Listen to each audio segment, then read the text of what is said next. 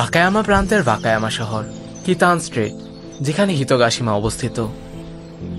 পুরো 2 বছর পর আমি আমার ঘরে ফেরত এসেছি। শ্রাদ্ধে অংশ নিতে আমার বেস্ট ফ্রেন্ড কুফুনে উশিওর। শিনপে, তুমি তো অনেক সুন্দর করে কথা বলো। হ্যাঁ, আমি কি করলাম?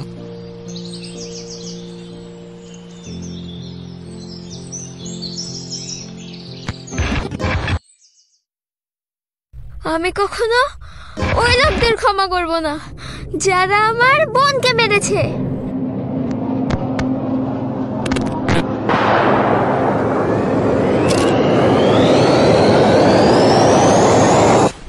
শিনপে, আমি জানি তুমি আমাকে খুঁজে বের করবে, তাই না?